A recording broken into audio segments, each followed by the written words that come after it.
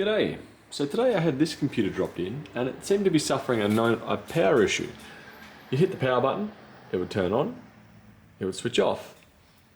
The customer was saying it was doing it every now and then now it's turned into a permanent thing.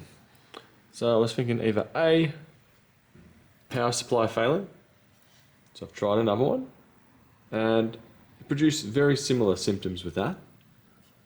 From there, I managed to turn it on. I've updated the BIOS about 10 versions from the ASRock AB350M Pro 4 running version 4.7. It's now running 7.2. It's got a 7800X in there. I removed the stick of RAM, hit the power button, it started up from there. Then it switched off. Then I started it up, and then it switched off. And then I had to manually go down to the pins on here, and I was jumping the pins from there.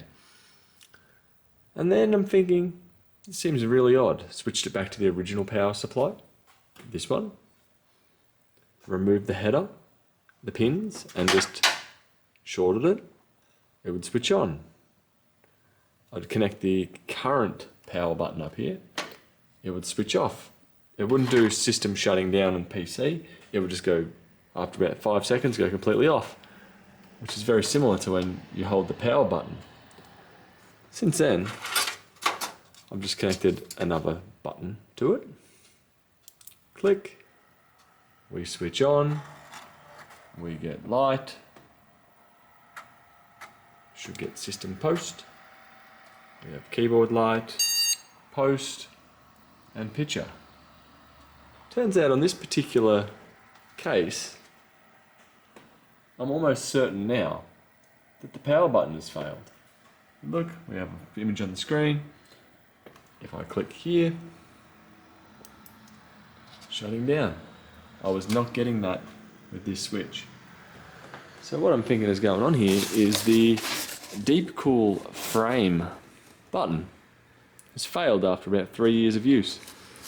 So I'm going to replace that button with another one, and from there, this machine should be up and going once more.